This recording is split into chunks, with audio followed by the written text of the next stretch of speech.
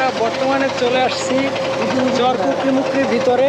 Already আমরা প্রবেশ করছি। তো কত সুন্দর মনোরম দ্বীপ জেলা ভোলার চরকুকরিমুকরি চর তারুয়া দ্বীপের সকল সৌন্দর্য তুলে ধরবো পরবর্তী ভ্লগে। আপনারা যদি ভ্লগটি পেতে চান তাহলে অবশ্যই পেজটিকে ফলো এবং ইউটিউবে দেখে থাকলে চ্যানেলটিকে সাবস্ক্রাইব করবেন।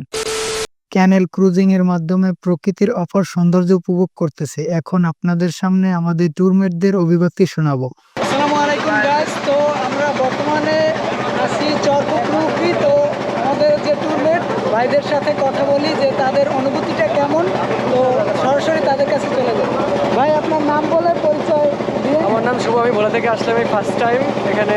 তো আসলাম, অনেক এনজয় লাগতেছে। জাস্ট সুন্দরবনের পরে যদি থাকে তাহলে আমাদের ভোলা, জি এক কথা ভোলাতে একদম বেস্ট। আমরা মনে করি যে ভোলাতে যদি কেউ দূরের বর্তিতে যদি কেউ থাকে তাহলে আসলে দেখলে বুঝতে পারবে যে সুন্দরবনের পরে আমাদের ভোলাটা কীরকম। ঠিক আছে। এই হচ্ছে আসসালামু আলাইকুম। আমি ক্যামেরাম্যানের সাথেই আসছি, আর কি বলার, আবার অনেক দেখছেন, তবে আশা করি আপনারা এখানে সবাই আসবেন। আসসালামু আলাইকুম। ভাই আপনার নাম এবং এই জায়গাটার অনুভূতিটা কেমন লাগতেছে? জোশ ফিল। এটা আপনি মিনি সুন্দরবনও ভাবতে পারেন। আপনি এখানে আসলে সুন্দরবনের একটা ভাইব পাবেন।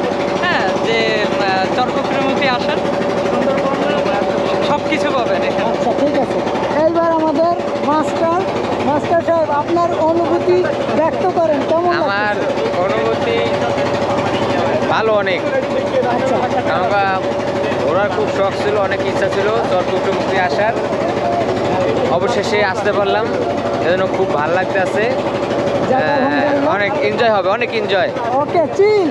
ভাই আরিফ ভাই আপনার অনুভূতি কেমন? এক কথা অসাধারণ। যদি আপনারা প্রকৃতিপ্রেমী হয়ে থাকেন, মানে প্রকৃতিকে পছন্দ করেন, ভালোবাসেন, তাহলে ভোলার এরকম একটা জায়গা আপনাদের জন্য বেস্ট চয়েস। মানে আমি ভোলায় থেকেও এরকম একটা জায়গায় দীর্ঘদিন মানে মিস করছি, এখন আইসা এটা বুঝতে পারতেছি। মানে একদম চোখের মনের শান্তি একদম। হ্যাঁ, একদম অসাধারণ। এখন আমাদের ভাইয়ের নাম জানি তো ওমর ভাই। ওমর ভাই অলরেডি আমরা মনে হয় যে কুকরিমুকরি ইকো পার্ক পাড়ে আসছি। তো এখানে হচ্ছে যে প্রকৃতির যে নির্যাসটা একদম স্বয়ংসম্পূর্ণভাবে পাওয়া যায়, যেটা মানে অনেকটা হচ্ছে যে ফিল পাওয়া যাবে বলতে গেলে সুন্দরবনের।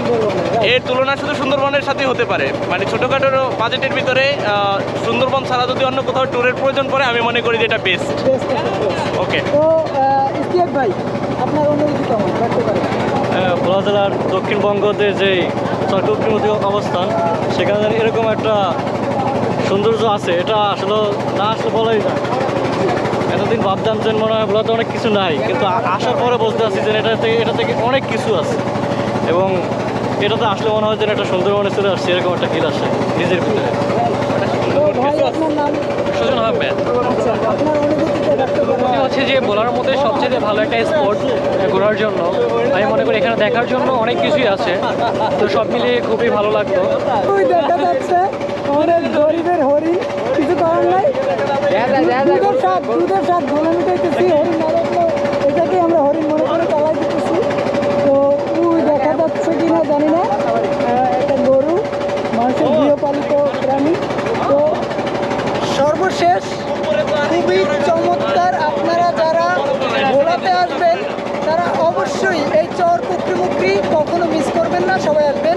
তো আমাদের আরও দুই ভাই আছে, তাদের সাক্ষাৎকার নেব। চরকুকরিমুকরি আজকে আপনার কেমন লাগতেছে? আলহামদুলিল্লাহ অনেক ভালো। আচ্ছা ঠিক আছে। কেমন লাগতেছে এই জায়গাটা আপনার? হ্যাঁ সেই লাগতেছে, আমি 4-5 বার আইছি।